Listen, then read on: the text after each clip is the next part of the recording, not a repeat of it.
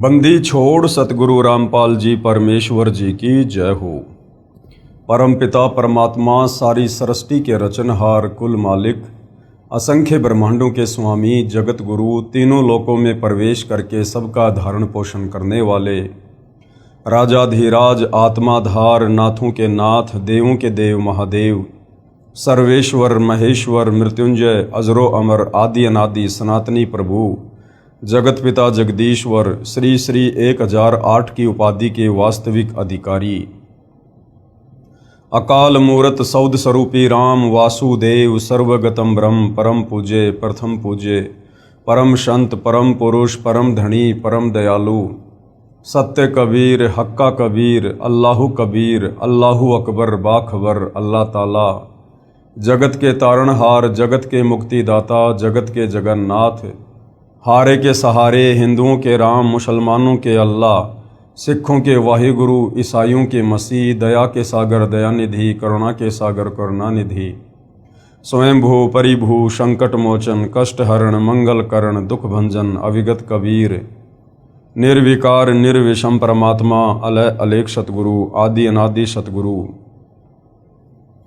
असली मर्यादा पुरुषोत्तम असली राम असली कृष्ण असली घनश्याम असली मुरारी राजाओं के राजा महाराजाओं के महाराजा शहंशाहों के शहंशाह सम्राटों के सम्राट भगवानों के भगवान अल्लाहों के अल्लाह प्रभुओं के प्रभु मसीहाओं के मसीह सच्चे वाहिगुरु बाबाओं के बाबा पीरों के पीर सेठों के सेठ जगत सेठ सावड़सा सेठ सर्वगुण संपन्न अनंत कोटि कलाओं के स्वामी अनंत कोटि ब्रह्मांडों के नायक योगियों में महायोगी ध्यानियों में महाध्यानी सिद्धों में परम सिद्ध ज्ञानियों में तत्व ज्ञानी ब्रह्म ज्ञानी महाज्ञानी परम ज्ञानी सर्वश्रेष्ठ ज्ञानी विज्ञानी युवा कबीर समर्थ कबीर असमवात अमित ओजा सच्चे रहनुमा करीम अल्लाह सुभान अल्लाह दुनिया के अंतिम पैगंबर 8 सितंबर 1951 से गांव धनाना जिला सोनीपत हरियाणा भारतवर्ष की पावन भूमि पे प्रकट रियल कल्कि भगवान श्री नारायण साकार हरि श्री बाबा साहेब नूर अनंत परमात्मा सच्चे दरवे सच्चे बाखबर संत श्रोमणी सतगुरु रामपाल जी परमेश्वर जी के चरण कमल में आप और हम सभी भाई बहनों का अनंत कोटि दंडवत प्रणाम। सत्साई भाई और बहनों, बहुत बड़ी दया बहुत बड़ी मेहर पूज्य गुरुदेव भगवान की परमेश्वर रामपाल जी की जिनके शुभ आशीर्वाद से विशेष आशीर्वाद से उनके सत्संगों का संग्रह पवित्र पुस्तक ज्ञान गंगा के ऊपर वीडियो बनाने की श्रृंखला शुरू है। इसी श्रृंखला में आज हमारा ये 25वें नंबर का वीडियो है। पवित्र पुस्तक ज्ञान गंगा से हमें भक्ति और भगवान को लेकर अध्यात्म को लेकर बहुत कुछ जानने और समझने को मिल रहा है। भाई और बहनों, ये पवित्र पुस्तक ज्ञान गंगा सर्व धर्मों के धर्मशास्त्रों के ज्ञान से प्रमाणित है। इस पवित्र पुस्तक के अमृत ज्ञान में सुई की नोक रखने जितना भी नुक्स निकालने में किसी भी धर्म का कोई भी धर्म गुरु सक्षम नहीं है। यही वो पुस्तक है जिस पुस्तक के ज्ञान को पढ़कर समझकर यदि जगत गुरु तत्वदर्शी सतगुरु रामपाल जी परमेश्वर जी से नाम उपदेश लेकर आजीवन मर्यादा में रहकर भक्ति की जाए तो साधक का तो मोक्ष होगा ही होगा, साथ में उसकी 101 पीढ़ियों का उद्धार भी होगा। तो भाई और बहनों, ऐसा मौका कोई अज्ञानी कोई मंदबुद्धि व्यक्ति ही चूकेगा जो इतने सहज में हमें मोक्ष प्राप्ति का शु अवसर इस घोर कलयुग में प्राप्त हो रहा है। तो भाई और बहनों, इस पवित्र पुस्तक को समझने के लिए सबसे पहले हमने सृष्टि रचना को समझना पड़ेगा, क्योंकि सृष्टि रचना भक्ति मार्ग की मास्टर की है। सृष्टि रचना को समझे बिना हम अध्यात्म में सफल नहीं हो पाएंगे, हम भक्ति मार्ग में आगे नहीं बढ़ पाएंगे। तो सृष्टि रचना के ऊपर पहले बहुत ज़्यादा वीडियो बन चुके हैं। यदि आप जिन्हें अभी तक पवित्र पुस्तक ज्ञान गंगा के ऊपर बन चुके पहले के वीडियो नहीं देखे हैं तो आपने प्रत्येक वीडियो को शुरुआत से देखना चाहिए।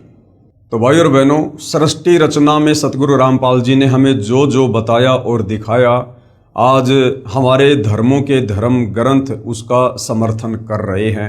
साथ में पूर्ण संत की क्या पहचान है, तत्वदर्शी संत की क्या पहचान है, गीता जी में कहाँ कहाँ इस बात का प्रमाण है, आप और हमें इन सब बातों की इस जानकारी इस पवित्र पुस्तक ज्ञान गंगा से हुई है। साथ में बहुत सारे भविष्य वक्ता हैं जिन्होंने सतगुरु रामपाल जी को लेकर वर्तमान समय को ध्यान में रखते हुए भविष्यवाणियां की हैं। उन तमाम भविष्यवाणियों पर सतगुरु रामपाल जी बिल्कुल खरे उतरते हैं। तो हमें यहाँ भी विश्वास हो जाता है कि हम जिस सतभक्ति मार्ग पर लगे हैं और जिस सतभक्ति मार्ग के प्रणेता सतगुरु रामपाल जी हैं, तो मोक्ष प्राप्ति में हमें किसी प्रकार का कोई भी धोखा नहीं है। अब भाइयों और बहनों, अध्यात्म को और अच्छे से जानने के लिए, क्योंकि हमारे धर्म शास्त्र अध्यात्म का मूल है और धर्म शास्त्रों से ही हमें विश्वास होगा कि वास्तव में जो सतज्ञान वर्तमान में सतगुरु रामपाल जी दे रहे हैं, ये सतज्ञान तो लगभग हमारे सभी सदग्रंथों में पहले से वर्णित है, परंतु हमारे धर्म गुरु तत्व ज्ञान के अभाव में हमें निष्कर्ष निकाल कर नहीं दे पाए कि वास्तव में परमात्मा कौन है, कैसा है, कहाँ रहता है, भक्ति की शुरुआत कैसे होती है, गुरु बनाना कितना आवश्यक है। इन तमाम बातों की जानकारी हमारे धर्मगुरु हमें नहीं दे पाए। हमारे धर्मगुरु केवल संस्कृत भाषा के ज्ञाता थे। संस्कृत भाषा के ज्ञाता होने के कारण वो हमें वेदों को पढ़ाते रहे, गीता जी को पढ़ाते रहे, पुराणों को पढ़ाते रहे, परंतु उनमें जो निष्कर्ष है, जो कोड वर्ड में है, संकेतों में है, वो हमें नहीं समझा पाए। उसके लिए भाइयों और बहनों तत्वदर्शी संत की जरूरत पड़ती है, क्योंकि हमारे धर्म ग्रंथों से बढ़कर हमारे धर्म गुरु नहीं हो सकते हैं। और हमारे पवित्र धर्म ग्रंथ श्री गीता जी अध्याय 4 श्लोक 34 स्पष्ट कह रहा है कि अर्जुन, अगर तुझे पूर्ण मोक्ष चाहिए, अगर तुझे कंप्लीट अध्यात्म के विषय में जानकारी चाहिए और यदि तू उस परम धाम में जाना चाहता है जहां जाने के बाद साधक फिर कभी लौटकर इस काल ब्रह्म के 21 ब्रह्मांड में कर्म दंड भोगने के लिए वापस नहीं आता है, तो भाई तू किसी तत्वदर्शी संत की खोज कर ले। उस तत्वदर्शी संत को भली भांति दंडवत प्रणाम कर, उसको प्रसन्न कर, कपट छोड़कर सरलतापूर्वक व्यवहार कर, उससे सवाल कर, फिर वो तत्वज्ञानी महात्मा तुझे तत्व ज्ञान का उपदेश करेंगे। तो जब हमारे धर्म ग्रंथ ही कह रहे हैं कि भाई तत्वदर्शी संत के बिना आप मोक्ष प्राप्त नहीं कर सकते, आपको परमात्म ज्ञान नहीं हो सकता, तो भाइयों और बहनों, आज आप और हमारा सौभाग्य कि धरती पर वह तत्वदर्शी संत भी प्रकट है और उनके द्वारा बताया गया तत्व ज्ञान भी प्रकट हो चुका है। अब यदि आवश्यकता है तो परम पूज्य परमेश्वर तत्वदर्शी सतगुरु रामपाल जी के सत्संगों को सुनना और उनके द्वारा लिखित पुस्तकों को पढ़ना, ताकि हम अध्यात्म को और अच्छे से समझ सकें और उनसे उपदेश प्राप्त करके अपने आत्मा के कल्याण के मार्ग में आगे बढ़ सकें। तो भाइयों और बहनों, इस पवित्र पुस्तक ज्ञान गंगा का आज ये 25वें नंबर का वीडियो है और आज का हमारा विषय है कि जो पवित्र शास्त्र गीता जी है उसका ज्ञान किसने बोला। ये तो हम सबको पता है कि पवित्र गीता जी का ज्ञान लगभग आज से 5000 वर्ष पहले जब कुरुक्षेत्र के मैदान में महाभारत का युद्ध हो रहा था उस समय बोला गया था। लेकिन सदियों से आज तक हमारे धर्मगुरु हमें ये नहीं बता पाए कि वास्तव में गीता जी का ज्ञान बोला किसने था। जिससे भी पूछो, जिसने भी बताया, बस यही कहा कि गीता जी का ज्ञान श्री कृष्ण जी ने बोला, गीता जी का ज्ञान श्री कृष्ण जी ने बोला। भाइयों और बहनों, गीता जी का ज्ञान श्री कृष्ण जी ने अवश्य बोला, परंतु इसके पीछे की जो सूक्ष्म जानकारी है वो तत्व ज्ञान के बिना हमें नहीं हो सकती। श्री कृष्ण जी केवल गीता जी का ज्ञान बोलते हुए आप और हमें दिखाई दे रहे हैं, परंतु असल में गीता जी का ज्ञान श्री कृष्ण जी ने नहीं बोला। गीता जी का ज्यादातर ज्ञान श्री कृष्ण जी के शरीर में प्रेत की भांति प्रवेश करके और उनके पिता श्री निरंजन ने, अर्थात ज्योति निरंजन काल ब्रह्म, जो ब्रह्मा विष्णु महेश का पिता है, दुर्गा का पति है, इसने गीता जी का ज्ञान बोला और युद्ध करवाने के लिए बोला। अब भाइयों और बहनों, कहने मात्र से विश्वास नहीं होगा और कहने मात्र से विश्वास होना भी नहीं चाहिए, क्योंकि जब हमारे धर्म ग्रंथ इस बात की साक्षी दे रहे हैं, समर्थन कर रहे हैं कि भाई गीता जी का ज्ञान श्री कृष्ण जी में प्रेत की भांति प्रवेश करके उसके पिता ज्योति निरंजन अर्थात काल ने बोला, तो फिर हमें धर्मशास्त्रों से देख लेना चाहिए ताकि हमें दृढ़ विश्वास हो। तो भाइयों और बहनों, आज का हमारा टॉपिक यही है कि गीता जी का ज्ञान किसने बोला। और जब तक हम अपने धर्म ग्रंथों से इस गूढ़ सच्चाई को नहीं देख लेंगे, नहीं जान लेंगे, तब तक हमें दृढ़ विश्वास नहीं हो सकता है। और कबीर परमेश्वर जी की वाणी है कि मां मूंडू उस संत की जिससे संशय न जाए, और काल खावे थोड़े जीव संशय सब जग खाए। वो संत ही क्या जो भगत की शंकाओं का समाधान ना कर सके। तो सतगुरु रामपाल जी ने अध्यात्म को लेकर, भक्ति मार्ग को लेकर, एडी से लेकर चोटी तक कंप्लीट शंकाओं का प्रमाणित समाधान कर रखा है। बस आवश्यकता है हमने थोड़ा धैर्य धारण करके और निष्पक्ष होकर इन चीजों को समझने का। पवित्र पुस्तक ज्ञान गंगा, पेज नंबर 190, यथार्थ ज्ञान प्रकाश विषय। परमेश्वर के विषय में शास्त्र क्या बताते हैं? प्रभु, स्वामी, ईश, राम, खुदा, अल्लाह, रब, मालिक, साहेब, देव, भगवान, गॉड, ये सर्वशक्ति बोधक शब्द हैं जो भिन्न भिन्न भाषाओं में उच्चारण किए हुए लिखे जाते हैं। ये जितने भी नाम आप जी देख रहे हैं, आज लोगों ने अपने अपने हिसाब से, अपने अपने धर्म के हिसाब से इन नामों को बांट लिया है। मुसलमान कहते हैं कि अल्लाह के ऊपर हमारा अधिकार है, ईसाई कहते हैं मसीहा के ऊपर हमारा अधिकार है, हिंदू कहते हैं भगवान हमारा है, और सिख भाई कहते हैं कि वाहिगुरु हमारा है। परंतु भाई और बहनों, ये परमात्मा के नाम नहीं है, ये भगवान के नाम नहीं है, ये तो भगवान के उपमात्मक नाम है। जैसे हमारे देश के प्रधानमंत्री जी का जो पद है उसका नाम है प्रधानमंत्री, लेकिन उनके शरीर का नाम कुछ और है। जैसे वर्तमान में सन 2026 में श्री नरेंद्र मोदी हमारे भारत देश के प्रधानमंत्री हैं, तो उनके शरीर का जो वास्तविक नाम है वो है नरेंद्र मोदी, लेकिन उनकी जो उपमात्मक पदवी का नाम है वो है प्रधानमंत्री। इसी प्रकार ये जितने भी नाम आप जी देख रहे हैं, प्रभु, स्वामी, ईश, राम, खुदा, अल्लाह, रब, मालिक, साहेब, देव, भगवान, गॉड, ये उस परम अक्षर ब्रह्म, पूर्ण परमात्मा, सारी सृष्टि के रचयिता के वास्तविक नाम नहीं है, ये उनकी उपमात्मक पदवियों के नाम है। उस परमेश्वर का वास्तविक नाम आप जी ने सृष्टि रचना में देखा, सुना, पढ़ा, साथ में आपने वेदों से देखा कि उस परमेश्वर का वास्तविक नाम है कबीर देव, जिसे साधारण भाषा में हम कबीर परमात्मा कहते हैं। वेदों में जिसे कबीर देव और कबीर अग्नि नाम से संबोधित किया गया है। तो परमेश्वर का असल में क्या नाम है? कबीर देव। प्रभु यानी परमात्मा की महिमा से प्रत्येक प्राणी प्रभावित है कि कोई शक्ति है जो परम सुखदायक व कष्ट निवारक है। वह कौन है, कैसा है, कहाँ है, कैसे मिलता है, ये प्रश्नवाचक चिन्ह अभी तक पूर्ण रूप से नहीं हट पाया। ये शंका इस पुस्तक से पूर्ण रूप से समाप्त हो जाएगी। हालांकि ज्यादातर तो ये शंका समाप्त हो चुकी है। यदि आपने इस पुस्तक में लिखी सृष्टि रचना को पढ़ लिया और समझ लिया है तो, अन्यथा आगे जब आप वीडियो देखेंगे तो ये शंका पूरी तरह से समाप्त हो जाएगी।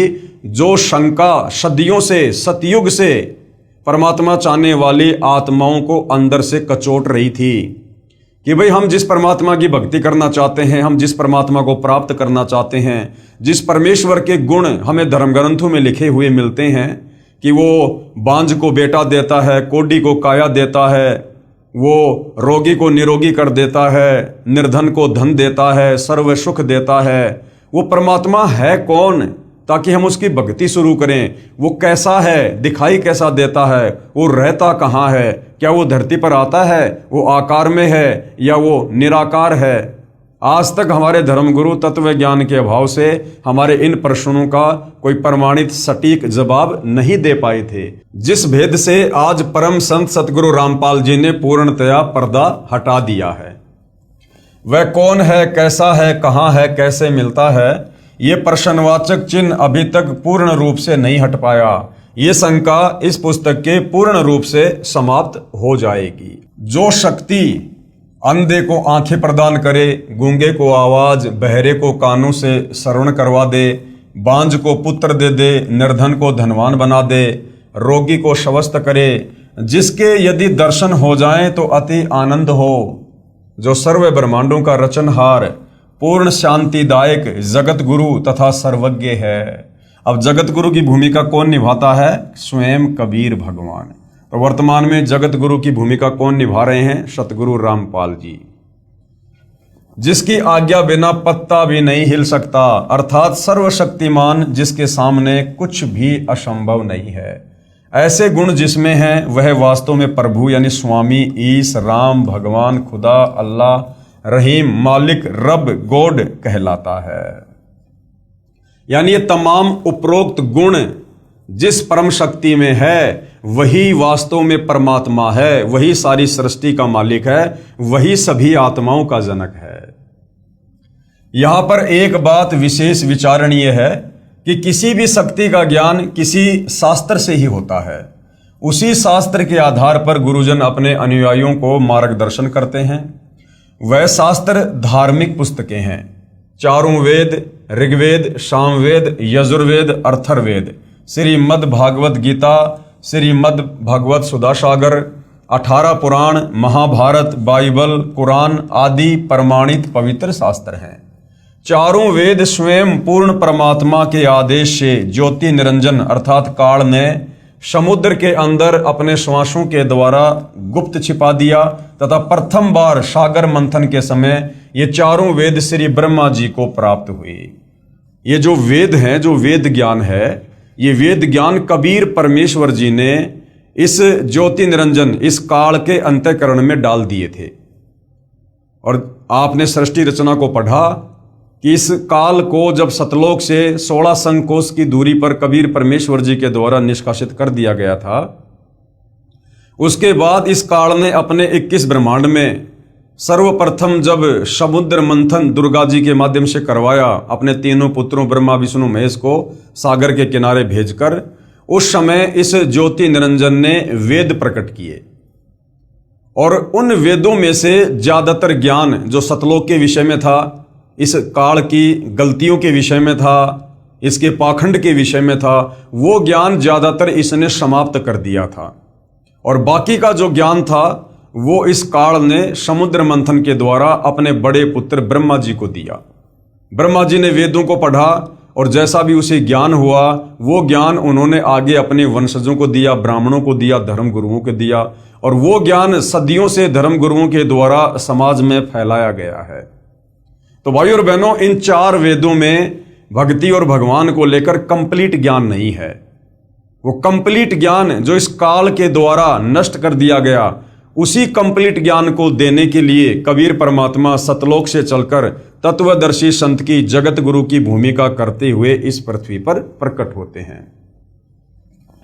जो ब्रह्मा जी क्षर पुरुष के ज्येष्ठ पुत्र हैं, क्षर पुरुष यानी ये काल, ये ब्रह्मा इस ब्रह्म का बड़ा लड़का है। तो ब्रह्मा ने वेद पढ़े तथा जैसा समझा उसी आधार पर संसार में ज्ञान का प्रचार अपने वंशजों ऋषियों के द्वारा करवाया। पूर्ण परमात्मा ने 5वां सौषम यानी सूक्ष्म वेद भी ब्रह्म यानी काल को दिया था, जो इस ज्योति निरंजन ने अपने पास गुप्त रखा तथा उसे समाप्त कर दिया। क्योंकि उस 5वें वेद में, सूक्ष्म वेद में, जिसको सौषम वेद भी कहते हैं, उसमें कंप्लीट जानकारी थी सतलोक वापस जाने की, पूरी सृष्टि रचना की, कंप्लीट मूल ज्ञान था। लेकिन इस काल ने डर कर उस ज्ञान को समाप्त कर दिया, क्योंकि इसको 1 लाख मानव शरीरधारी आत्माओं के शरीर से निकली वासना को खाने का श्राप लगा हुआ है। तो काल ने यह सोचकर यदि सभी लोग इस तत्व ज्ञान से परिचित हो गए तो मेरे लोक में फिर यहाँ कोई नहीं रहेगा और सब के सब वापस सतलोक को चले जाएंगे। तो इस भय से, इस डर से इस काल ने परमात्मा के द्वारा दिए गए उस मूल ज्ञान को, सूक्ष्म ज्ञान को छुपा दिया, नष्ट कर दिया। और बाकी का जो साधारण ज्ञान था, जिसमें केवल इस काल तक की ही ज्यादातर जानकारी है, इस काल की भक्ति तक की ही जानकारी है और बहुत कम आंशिक जानकारी उस कबीर परमेश्वर की है, उस ज्ञान को इसने अपने पुत्र ब्रह्मा को दे दिया। कुछ समय उपरांत अर्थात 1 कल्प यानी 1000 चतुर्युग के बाद, 1 कल्प कहो चाहे 1000 चतुर्युग कहो, ये इस काल के बड़े बेटे ब्रह्मा जी का एक दिन है। यानी ब्रह्मा जी का जो जीवन है वो इतना लंबा है कि 1000 चतुर्युग केवल इसका एक दिन है। वैसे तो 1008 चतुर्युग का ब्रह्मा जी का एक दिन होता है और 1008 चतुर्युग ही ब्रह्मा जी की रात्रि होती है, लेकिन गुरुदेव भगवान इसको आसानी से समझाने के लिए 1000 चतुर्युग कह देते हैं। कुछ समय उपरांत अर्थात एक कल्प अर्थात 1000 चतुर्युग के बाद 3 लोक, पृथ्वीलोक, स्वर्गलोक, पाताल लोक के सर्व प्राणी प्रलय अर्थात विनाश हो जाते हैं। यानी जब ब्रह्मा जी का दिन होता है तो ये 3 लोक की सृष्टि चलती है और जैसे ही ब्रह्मा जी का दिन समाप्त होता है, रात्रि शुरू होती है, उस समय यहां पर प्रलय हो जाता है, विनाश हो जाता है 3 लोकों में। फिर ज्योति निरंजन यानी काल के निर्देश से ब्रह्मा अपनी रात्रि समाप्त होने पर, ब्रह्मा की रात्रि 1000 चतुर्युग की होती है तथा इतना ही दिन। जब दिन प्रारंभ होता है तो रजोगुण से प्रभावित करके प्राणियों की उत्पत्ति तीनों लोकों में शुरू करता है। यानी ब्रह्मा जी की रात्रि में तीनों लोकों में प्रलय हो जाती है और ब्रह्मा जी की रात्रि समाप्त होते ही काल की आज्ञा से ब्रह्मा फिर से अपने रजोगुण के प्रभाव से संतान उत्पत्ति करवाकर सृष्टि की रचना करता है। तब सतयुग की शुरुआत में वही चारों वेद काल ब्रह्म स्वयं ब्रह्मा को फिर प्रदान करता है तथा फिर प्राकृतिक उथल पुथल के कारण चारों पवित्र वेदों का ज्ञान समाप्त हो जाता है। यानी कलयुग के एंड में फिर चारों जो है इन पवित्र शास्त्रों का ज्ञान जो है समाप्त हो जाता है। उसके पश्चात फिर समय अनुसार अन्य ऋषियों में प्रवेश करके दोबारा लिखवाता है। फिर भी समय अनुसार प्राकृतिक उथल पुथल के बाद स्वार्थी लोगों के द्वारा वेदों में बदलाव करके वास्तविक ज्ञान संसार से लुप्त कर दिया जाता है। वही काल अर्थात ब्रह्म, जिसको ज्योति निरंजन भी कहते हैं, महाभारत युद्ध के समय श्री कृष्ण जी में प्रवेश करके चारों वेदों का संक्षिप्त विवरण श्रीमद् भागवत गीता के रूप में दिया तथा कहा कि अर्जुन, यही ज्ञान मैंने पहले सूर्य से कहा था। अब बहुत सारे भाई बहन जो अध्यात्म से अपरिचित हैं वो कह देते हैं कि भाई सूर्य तो आग का गोला है, सूर्य को कैसे ज्ञान समझाया जा सकता है। भाई जो ये आग का गोला सूर्य है ये अलग है और इस आग के गोले सूर्य जैसे ना जाने कितने गोले एक ब्रह्मांड में हैं। तो इन तमाम सूर्यों के ऊपर जिस देव का आधिपत्य है, अधिकार है, वो असल में सूर्य देव है और वो नर रूप में है, वो देव है। तो उसको ये ज्ञान समझाया गया था। जिस प्रकार हमारे भारत देश की शासन व्यवस्था है और जिस प्रकार कोई परिवहन मंत्री है, तो परिवहन मंत्री का काम क्या होता है, जितनी भी गाड़ियां हैं, जितनी भी बसें हैं, ट्रक हैं, इन सब के ऊपर उसका अधिकार है। अब वो परिवहन मंत्री कोई बस नहीं है, वो परिवहन मंत्री कोई ट्रेन नहीं है, वो कोई ट्रोला नहीं है। वो परिवहन के साधन अलग हैं और उन साधनों के ऊपर जिसका कंट्रोल है वो परिवहन मंत्री अलग है। इसी प्रकार ये जो आग का गोला सूर्य है ये अलग है और ऐसे ऐसे आग के इन गोलों के ऊपर, सूर्यों के ऊपर एक ब्रह्मांड में जिसका अधिकार है, आधिपत्य है, वो देव नर रूप में अलग है। तो उस सूर्य को, सूर्य देव को यह ज्ञान समझाया गया था। मैंने पहले सूर्य से कहा था, उसने अपने पुत्र वैवस्वत अर्थात मनु से तथा वैवस्वत अर्थात मनु ने अपने पुत्र इक्ष्वाकु से कहा था, परंतु बीच में यह उत्तम ज्ञान प्राय समाप्त हो गया था। इस काल अर्थात ब्रह्म ज्योति निरंजन ने श्री वेद व्यास ऋषि के शरीर में प्रवेश करके चारों वेद, महाभारत, 18 पुराण, श्रीमद् भगवद गीता, श्री सुधा सागर को पुनः लिपिबद्ध अर्थात संस्कृत भाषा में करवाया, जो आज सभी को उपलब्ध है। ये सर्व शास्त्र श्रेष्ठ हैं।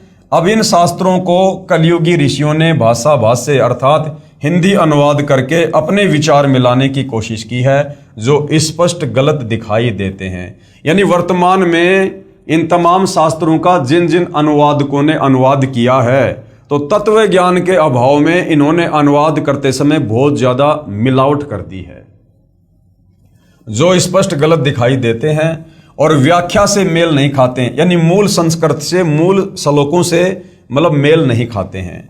ये सभी शास्त्र महर्षि व्यास जी द्वारा लगभग 5300 यानी 5300 वर्ष पहले दोबारा लिखे गए थे। उस समय हिंदू धर्म, ईसाई धर्म, मुसलमान धर्म व सिख धर्म आदि कुछ भी नहीं थे। एक वेदों के मानने वाले आर्य ही हुआ करते थे। कर्म आधार पर जाति होती थी तथा केवल 4 वर्ण क्षत्रिय, वैश्य, ब्राह्मण तथा शूद्र ही थे।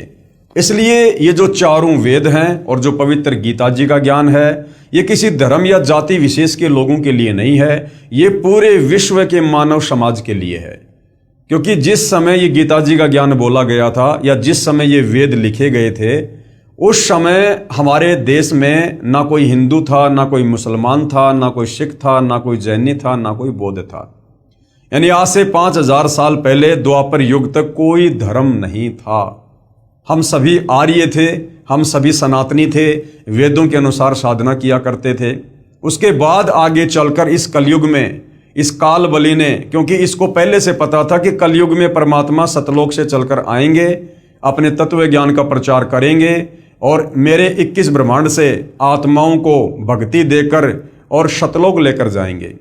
तब इस काल ने इतना ज्यादा बखेड़ा शुरू कर रखा है, हमें धर्मों में बांट दिया, जातियों में बांट दिया, समुदायों में बांट दिया, शास्त्रों के नाम पर हमारे को लड़ा दिया, भिड़ा दिया, अन्य कई प्रकार से इसने डिवाइडेशन कर रखा है ताकि ये आपस में एक दूसरे के धर्म को ऊंचा नीचा कहकर आपस में उलझे रहें।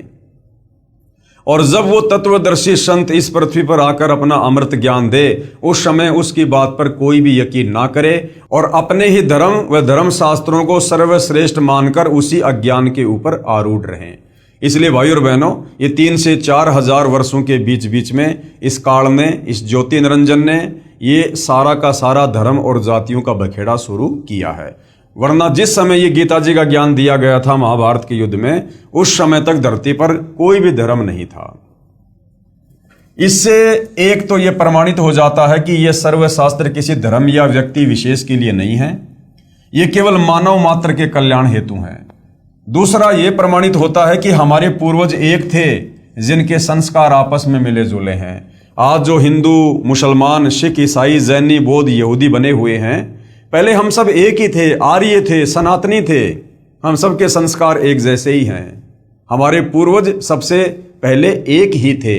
आगे चलकर जिन्होंने जैसे जैसे धर्म को अपना लिया, उस हिसाब से किसी को मुसलमान कहना शुरू कर दिया, किसी को हिंदू, किसी को जैनी, किसी को बौद्ध, किसी को ईसाई। वरना हम सब पहले एक ही थे। जैसे भाई और बहनों, आज से लगभग 600 साढ़े 600 वर्ष पहले आदरणीय नानक जी के द्वारा सिख पंथ की नींव डाली गई थी, आगे चलकर जो सिख धर्म बन गया। अब 650 साल पहले वर्तमान के जितने भी सिख हैं, ये सारे के सारे हिंदू ही तो हैं। ये रामकृष्ण की भक्ति करते थे, ब्रह्मा विष्णु महेश की भक्ति किया करते थे। लेकिन नानक जी ने एक नए पंथ की शुरुआत की थी, आगे चलकर उसको इन लोगों ने धर्म में तब्दील कर दिया। तो इसी प्रकार चाहे मुसलमान हो, चाहे ईसाई हो, चाहे जैनी हो, चाहे बौद्ध हो, चाहे यहूदी हो, सब पहले सनातनी थे, सब वेदों के अनुसार साधना किया करते थे। इसलिए हम सबके संस्कार मिले जुले हैं। आज कोई हिंदू है, कल को मरने के बाद वो मुसलमान के घर में जन्म लेगा। आज कोई मुसलमान है, कल को मरने के बाद वो हिंदू धर्म में कोई यादव बनेगा, कोई पंडित बनेगा, कोई ब्राह्मण बनेगा, क्योंकि हमारे पिछले संस्कार मिले जुले हैं।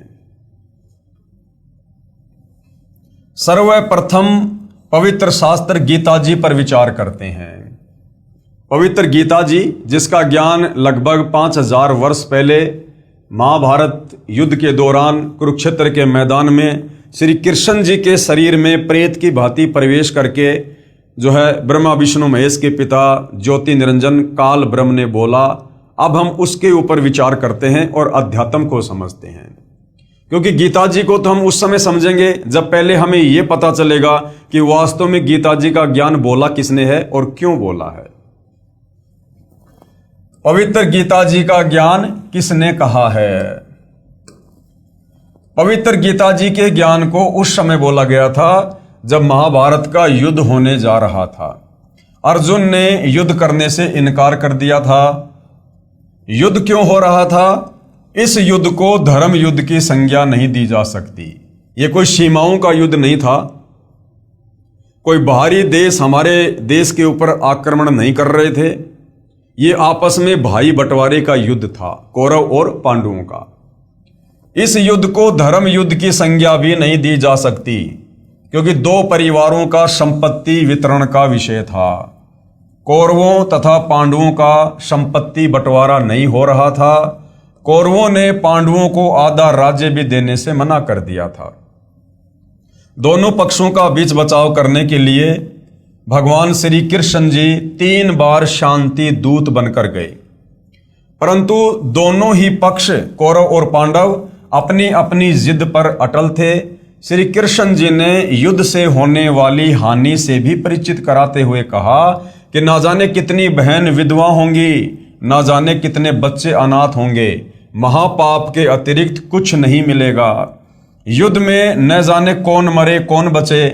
तीसरी बार जब श्री कृष्ण जी समझौता करवाने गए तो दोनों पक्षों ने अपने अपने पक्ष वाले राजाओं की सेना सहित सूची पत्र दिखाया। तीसरी बार जब श्री कृष्ण जी शांति दूत बनकर गए, क्योंकि श्री कृष्ण जी युद्ध के पक्ष में नहीं थे। जब तीसरी बार गए तो देखा कि उधर से कौरव इधर से पांडव, इन्होंने तो अपने अपने सैनिकों को बिल्कुल तैयार कर रखा है। कौन राजा किसके पक्ष में खड़ा होकर युद्ध करेगा, सबकी लिस्ट बना रखी थी, लगभग युद्ध के लिए तैयारी कर रखी थी। तथा कहा कि इतने राजा हमारे पक्ष में हैं तथा इतने हमारे पक्ष में। जब श्री कृष्ण जी ने देखा कि दोनों ही पक्ष टस से मस नहीं हो रहे हैं, युद्ध के लिए तैयार हो चुके हैं, तब श्री कृष्ण जी ने सोचा कि एक दाव और है, वो भी आज लगा देता हूं।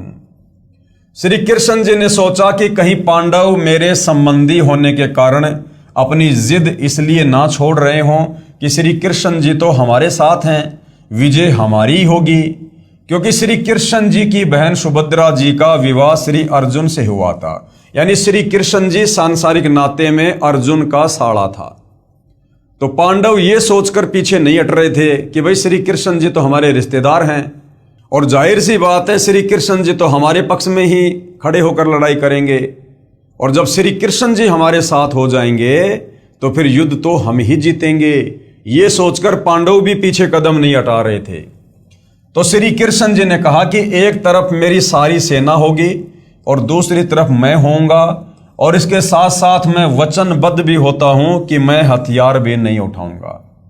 इस पॉइंट को भाइयों और बहनों ध्यान रखना। ये कुछ ऐसे पॉइंट हैं जो हमें समझाएंगे कि वास्तव में गीता जी का ज्ञान श्री कृष्ण जी ने नहीं बोला, बल्कि श्री कृष्ण जी का तो केवल शरीर दिखाई दे रहा था। उसके शरीर में प्रेत की भांति प्रवेश करके इस काल ज्योति निरंजन ने बोला। तो श्री कृष्ण जी ने क्या कहा कि भाई ठीक है, अगर तुम लोग नहीं मान रहे हो तो भाई देखो, एक तरफ तो मेरी सेना होगी और एक तरफ मैं रहूंगा, और मैं प्रतिज्ञा करता हूं कि मैं बिल्कुल भी युद्ध नहीं करूंगा।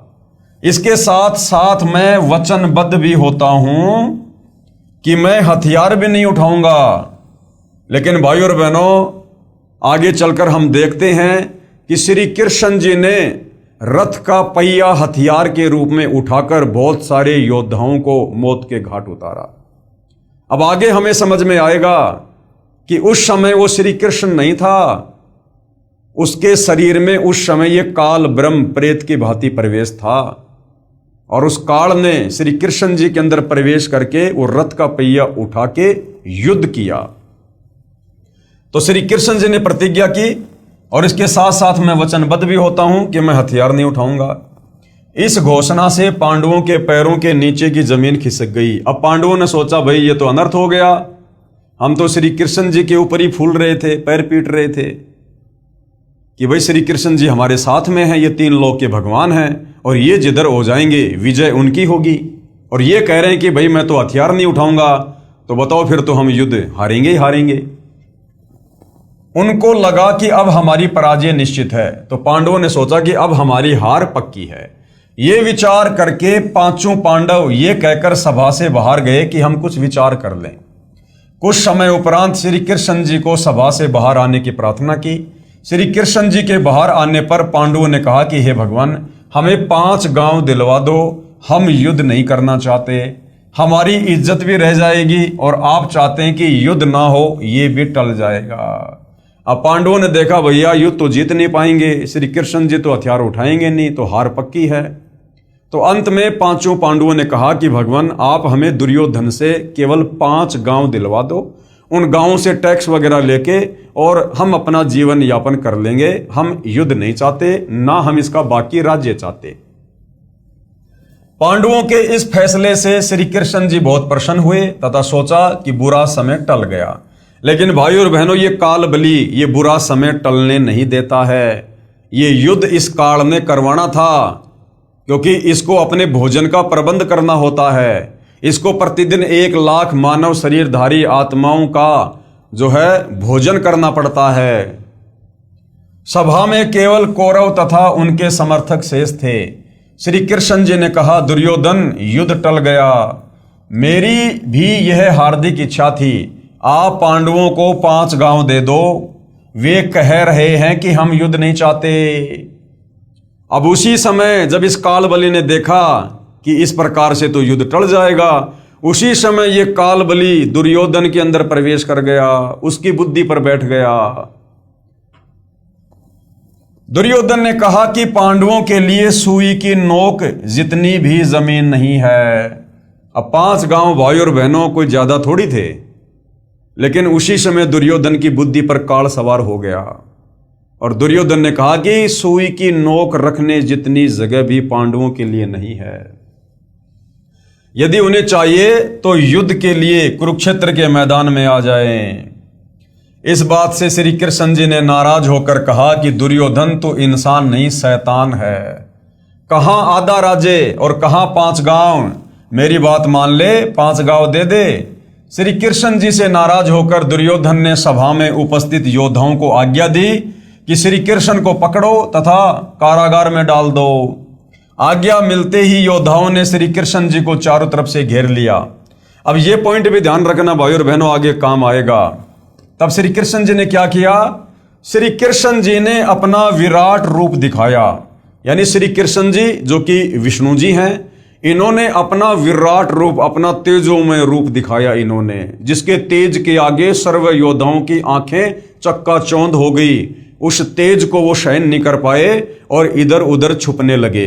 अर्थात तीसरी बार जब श्री कृष्ण जी पांडवों और कौरवों के बीच में शांति दूत बनकर गए कि युद्ध ना हो, उस समय दुर्योधन की जिद पर फिर श्री कृष्ण जी ने अपना विराट रूप दिखाया। इस बात को याद रखना, श्री कृष्ण जी ने अपना विराट रूप दिखाया, जिस कारण से सभी योद्धा और कौरव डरकर कुर्सियों के नीचे घुस गए तथा शरीर के तेज प्रकाश से आंखें बंद हो गई। श्री कृष्ण जी वहां से निकल गए। अब गुरुदेव कहते हैं, आओ विचार करें। उपरोक्त विराट रूप दिखाने का प्रमाण संक्षिप्त महाभारत गीता प्रेस गोरखपुर से प्रकाशित में प्रत्यक्ष है।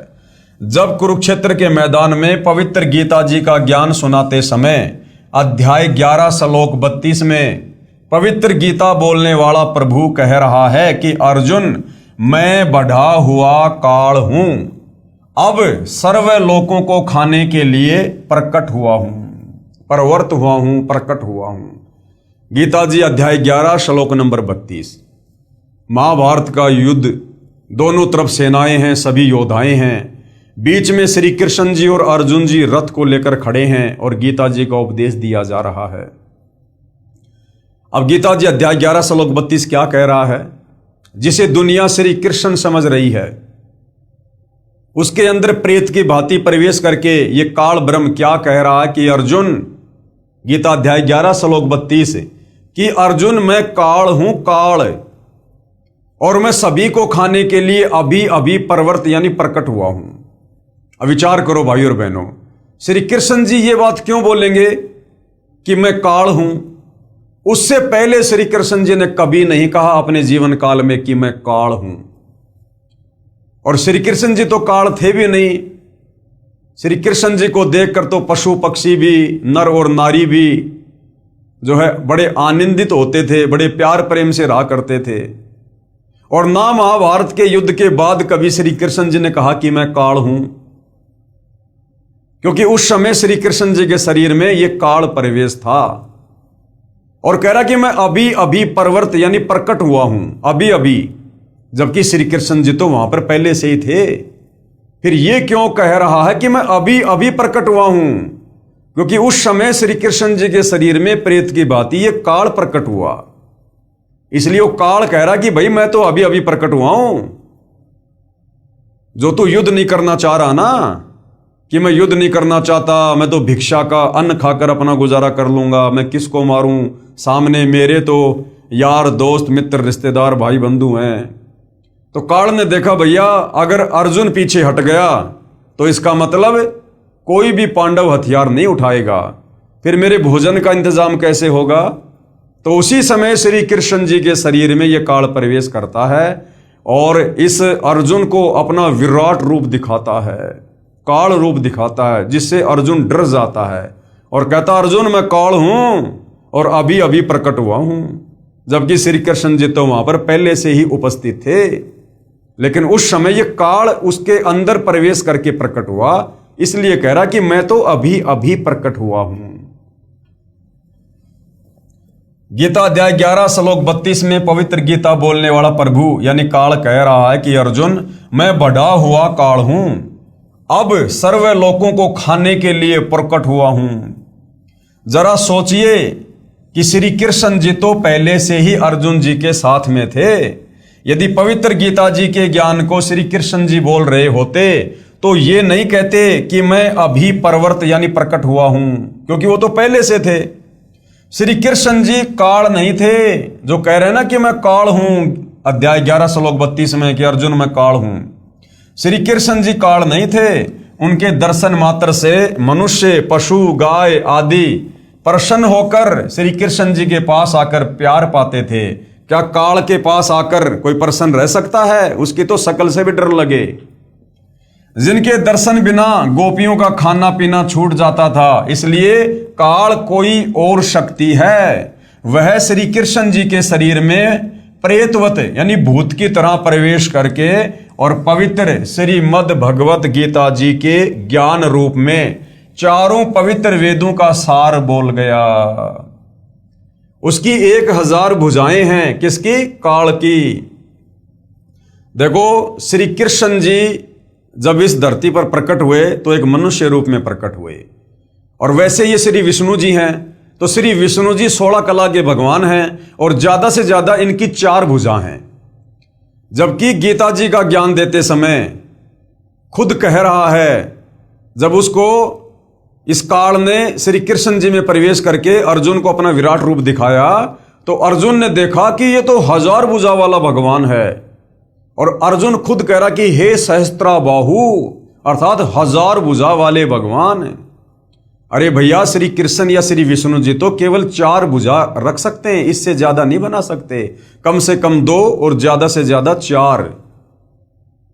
जबकि अर्जुन कह रहा कि हे सहस्त्रा बाहु, 1000 भुजा वाले भगवान, तो 1000 कला का स्वामी ये काल है, ये 1000 भुजा बना सकता है, 1000 मुंह लगा सकता है।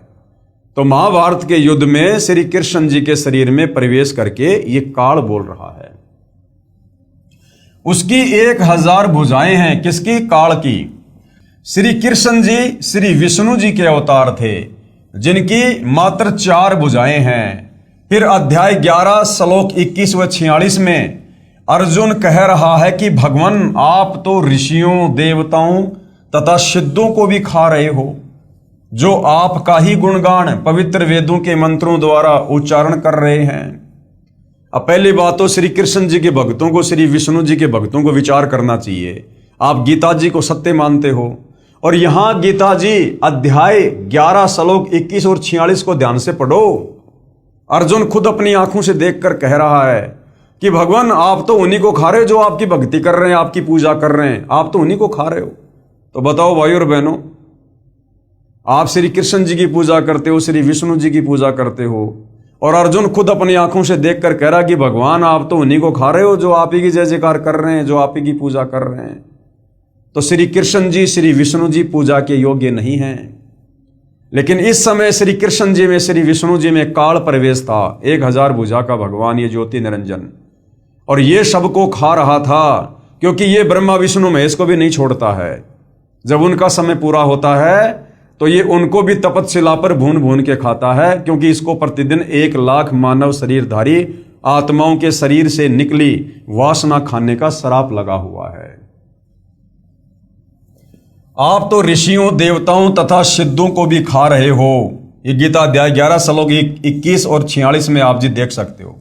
जो आपका ही गुणगान पवित्र वेदों के मंत्रों द्वारा उच्चारण कर रहे हैं तथा अपने जीवन की रक्षा के लिए मंगल कामना कर रहे हैं। कुछ आपके दाढ़ों में लटक रहे हैं, कुछ आपके मुख में समा रहे हैं। हे सहस्त्राबाहु, अर्जुन क्या कह रहा है? हे सहस्त्राबाहु, हे 1000 भुजा के भगवान।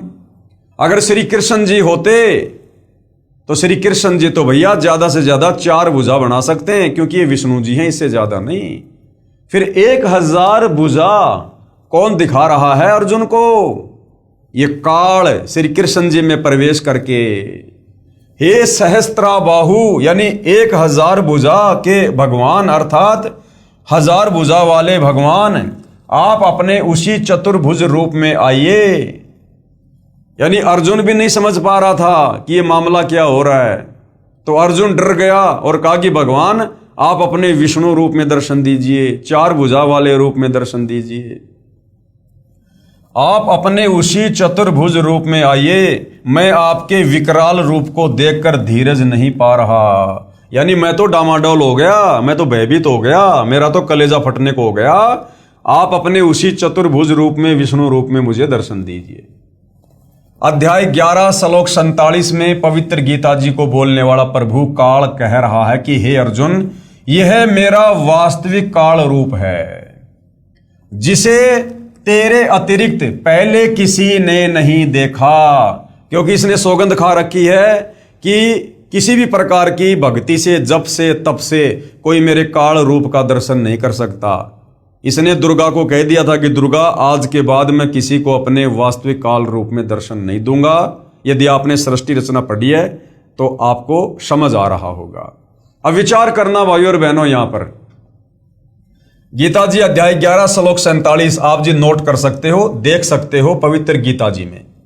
गीता अध्याय 11 श्लोक 47 में पवित्र गीता जी को बोलने वाला ये प्रभु काल कह रहा है कि हे अर्जुन, ये मेरा वास्तविक काल रूप है, जिसे तेरे अतिरिक्त पहले किसी ने नहीं देखा।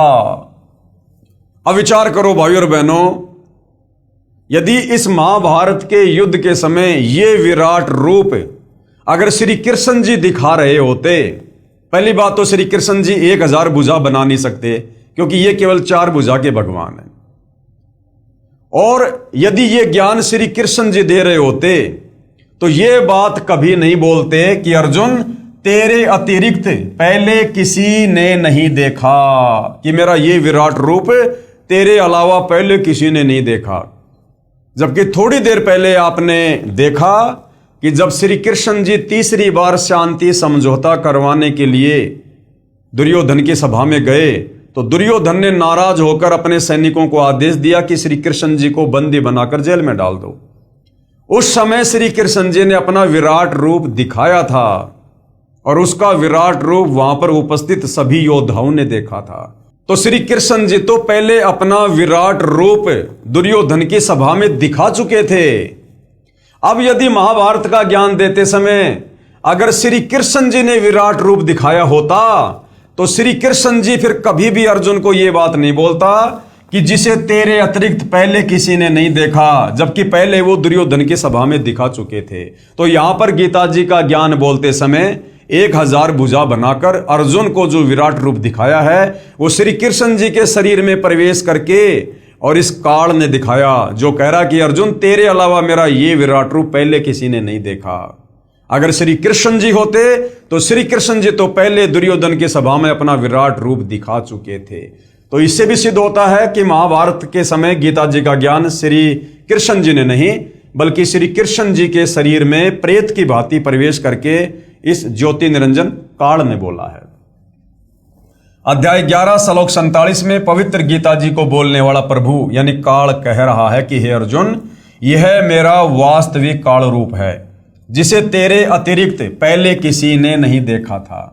उपरोक्त विवरण से एक तथ्य तो यह सिद्ध हुआ कि कौरवों की सभा में विराट रूप श्री कृष्ण जी ने दिखाया था, तथा यहां युद्ध के मैदान में विराट रूप काल श्री कृष्ण जी के शरीर में प्रेतवत प्रवेश करके अपना विराट रूप ये काल ने दिखाया था।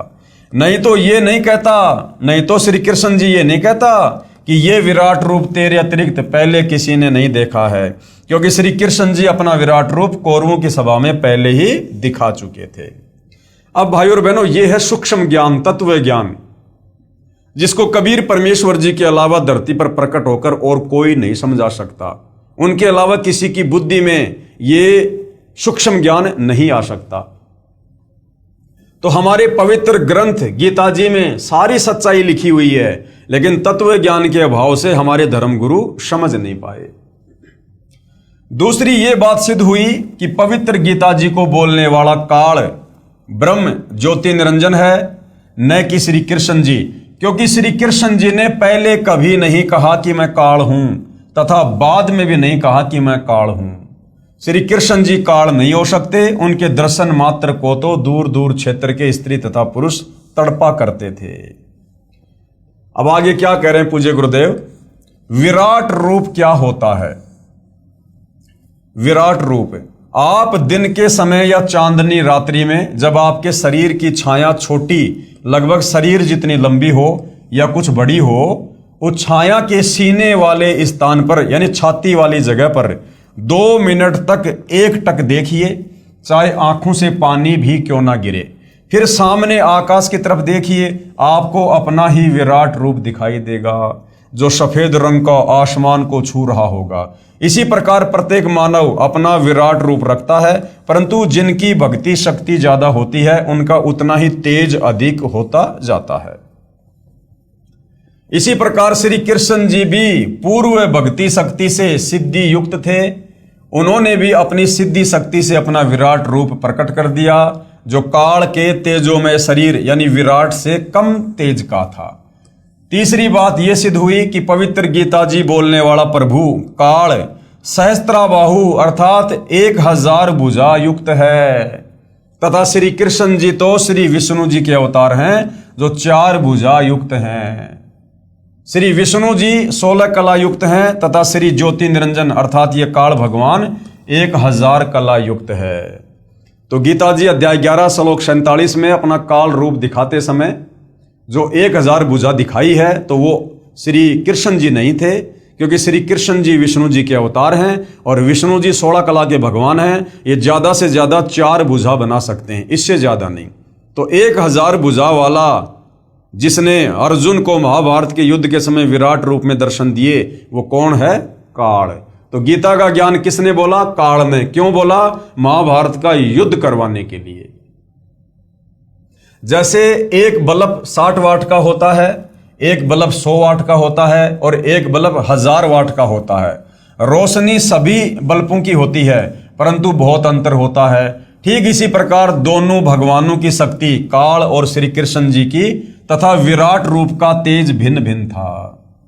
इस तत्व ज्ञान के प्राप्त होने से पहले जो गीता जी के ज्ञान को समझाने वाले महात्मा जी थे, उनसे ये दास यानी गुरुदेव भगवान कह रहे हैं कि मुझे ये गीता जी का ज्ञान प्राप्त होने से पहले जब मैं अन्य धर्मगुरुओं से पूछा करता था, उनसे सवाल किया करता था कि पहले तो भगवान श्री कृष्ण जी 3 बार शांति दूत बनकर गए थे तथा कहा था कि युद्ध करना महापाप है।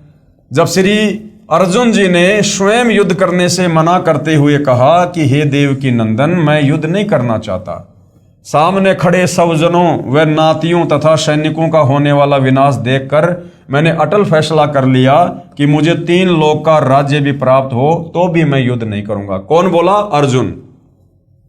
मैं तो चाहता हूं कि मुझ निहत्थे को दुर्योधन आदि तीर से मार डालें, ताकि मेरी मृत्यु से युद्ध में होने वाला विनाश बच जाए। हे श्री कृष्ण, मैं युद्ध ना करके भिक्षा का अन्न खाकर भी निर्वाह करना उचित समझता हूं। हे कृष्ण, सौजनों को मारकर तो पाप को ही प्राप्त होंगे। मेरी बुद्धि काम करना बंद कर गई है। आप हमारे गुरु हो, क्योंकि श्री कृष्ण जी 5 पांडवों के गुरु थे और मैं आपका शिष्य हूं।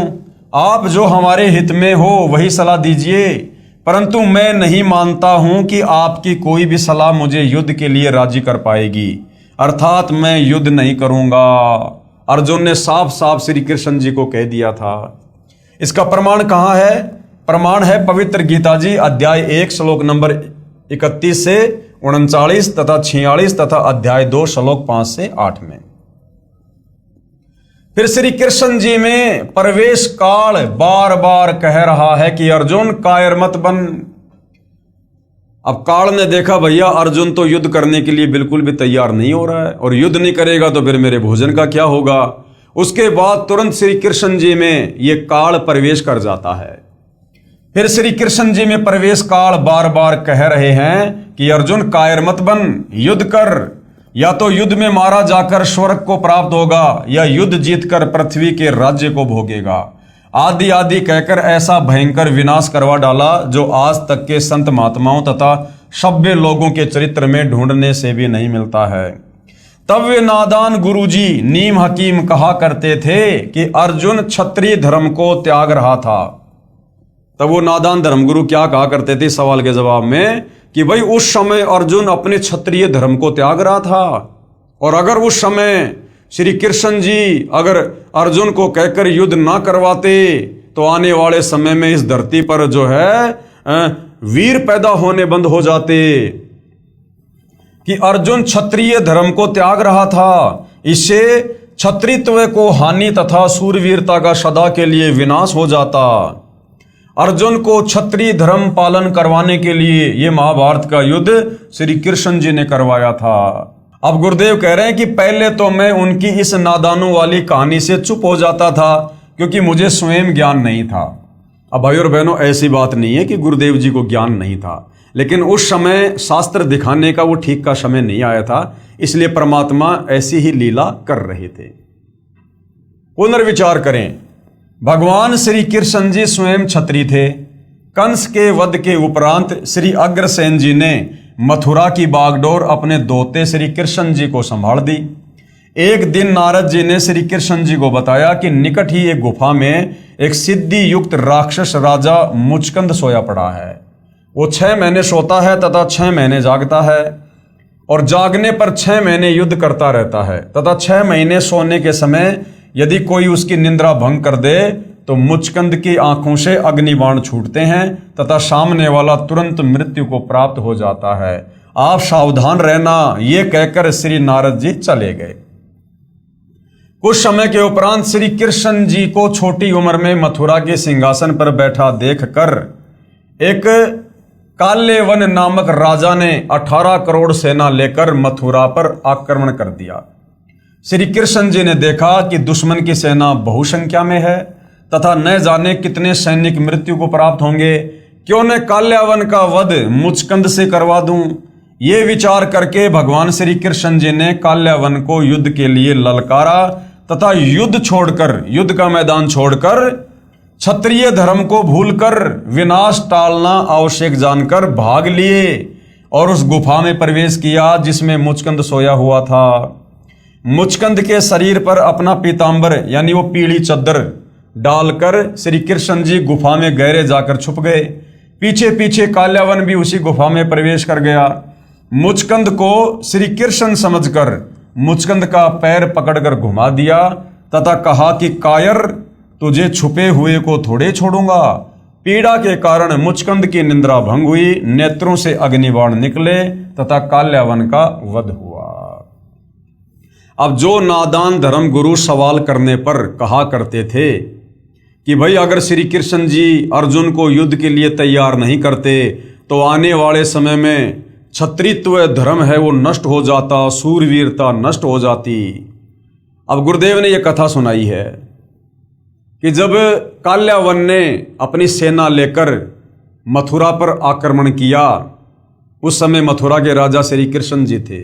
अब श्री कृष्ण जी ने देखा कि भैया मेरी सेना कम है, काल्यावन की ज़्यादा है, अगर युद्ध हुआ तो हम हारेंगे भी और साथ में बहुत सारे सैनिक मारे जाएंगे, औरतें विधवा होंगी, बच्चे अनाथ होंगे।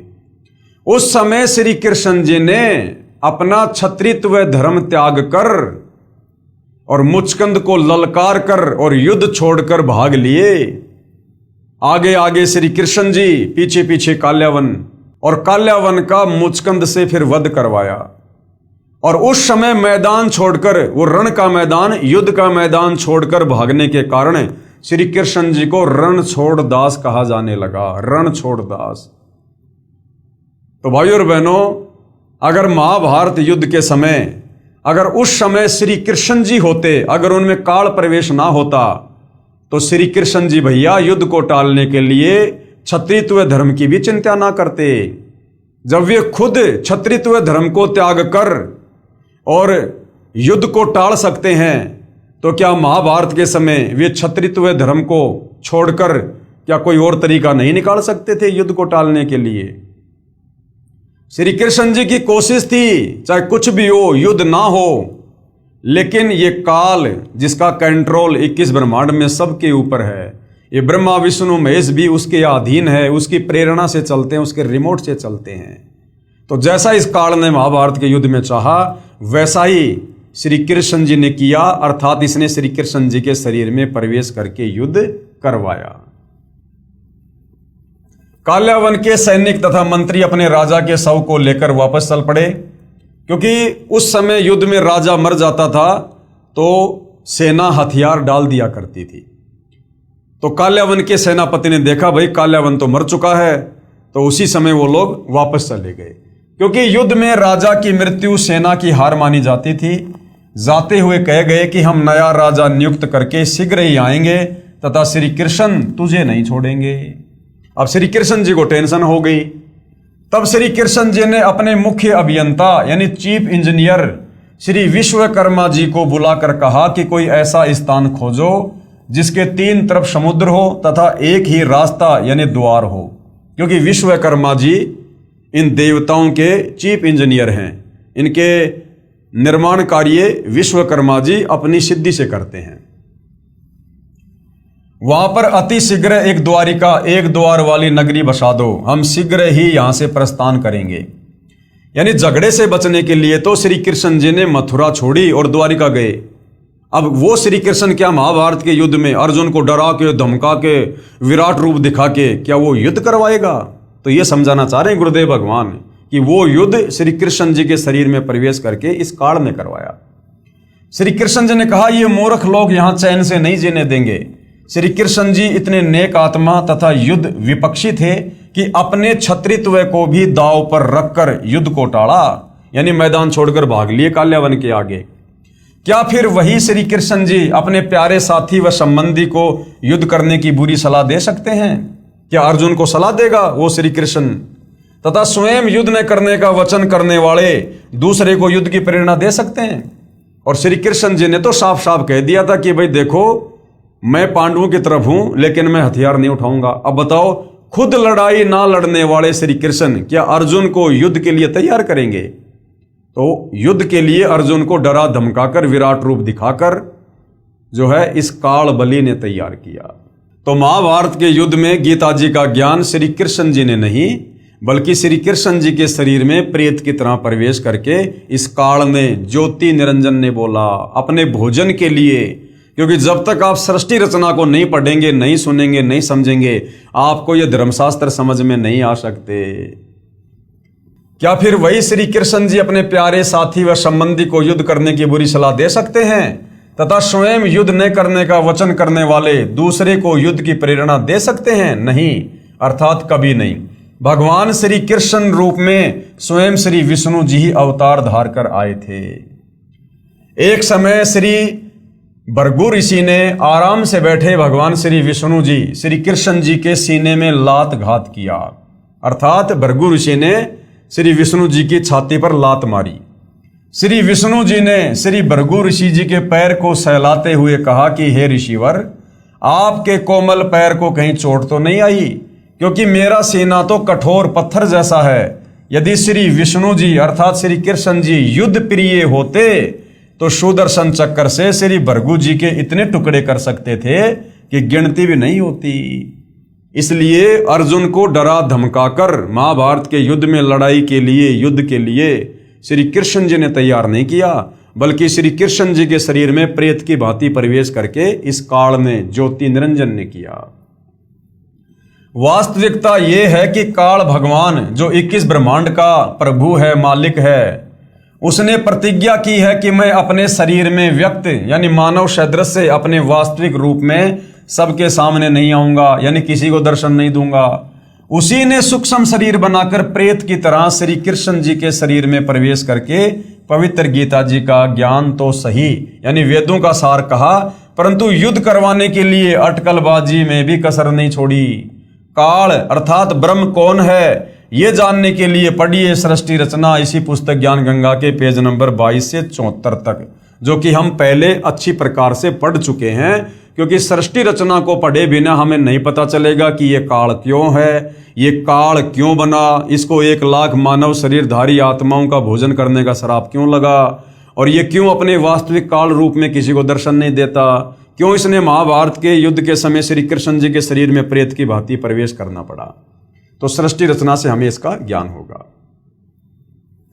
जब तक महाभारत का युद्ध समाप्त नहीं हुआ तब तक ज्योति निरंजन अर्थात काल ब्रह्म, जिसको क्षर पुरुष भी कहते हैं, क्षर मानी नासवान, ये मरता है और जन्मता है, ये श्री कृष्ण जी के शरीर में प्रवेश कर रहा तथा युधिष्ठिर जी से झूठ बुलवाया कि कह दो कि अश्वत्थामा मर गया।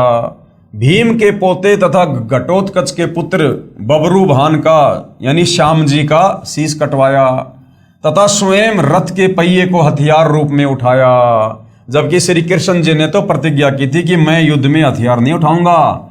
लेकिन उस समय श्री कृष्ण जी के शरीर में प्रवेश करके इस काल ने, ज्योति निरंजन ने रथ के पहिए को हथियार के रूप में प्रयोग करके और लाखों लोगों को मौत के घाट उतारा। ये सर्व काल ही का किया कराया उपद्रव था, प्रभु श्री कृष्ण जी का नहीं। महाभारत का युद्ध समाप्त होते ही काल भगवान श्री कृष्ण जी के शरीर से निकल गया।